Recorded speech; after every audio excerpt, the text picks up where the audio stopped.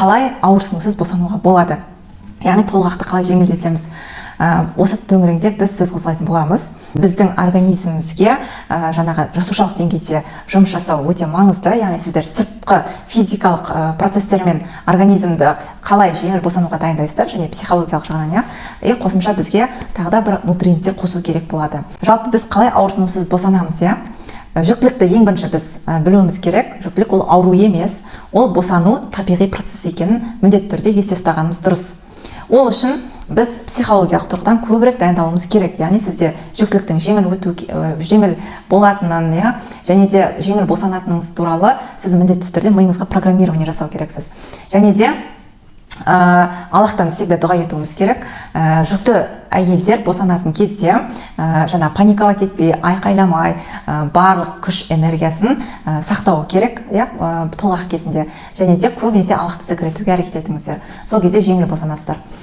Және де біз денемізге көмектесе аламыз, жеңіл босану үшін, және арнайы нутриенттерді қабылдай аламыз.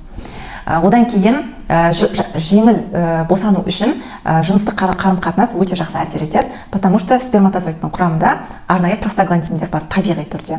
Мысалы, әйел адамдар срогы өтіп кеткен кезде бізде синтетикалық простагландиндерді салады, чтобы әйел адам тез босану үшін, бірақ ол синтетикалық болғандықтан ол табиғи процесс емес. Сондықтан по мере возможности табиғи процестерді қолдануға әрекет еткеніміз дұрыс.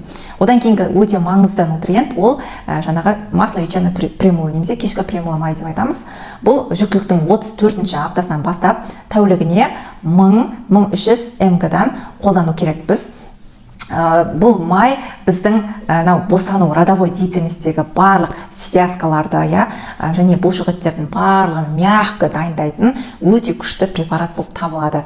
Барлық жүкті әйелдерге мен тағайындаймын өзімнің жаңағы жеке консультациямда, және өзімнің таныстарыма.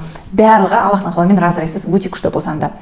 Енді 37-ші аптадан бастап өзіңіздің дәрігеріңізбен кеңесіп, оның мөлшерін 300 мг-ге дейін жаңа көтерсеңіз болады. Мысалы, бір капсуласы бізде енді әртүрлі формалары бар.